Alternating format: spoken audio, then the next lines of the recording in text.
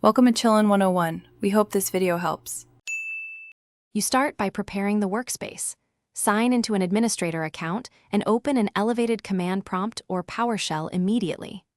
Once done, confirm your Windows build with WinVer so you know which system files to expect.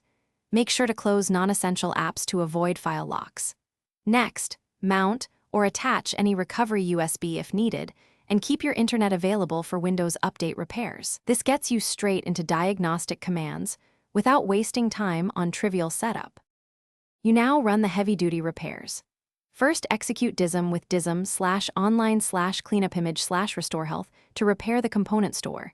This fixes corrupted packages that block SFC. Once DISM finishes, reboot and run SFC/scano to scan and replace protected system files from the repaired store.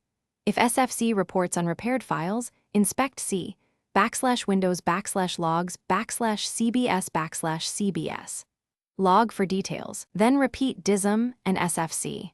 Make sure to reboot. To finish, confirm system integrity with SFC results and test key apps. If corruption persists, perform an in-place upgrade using the Windows 11 installer to repair system files without losing apps.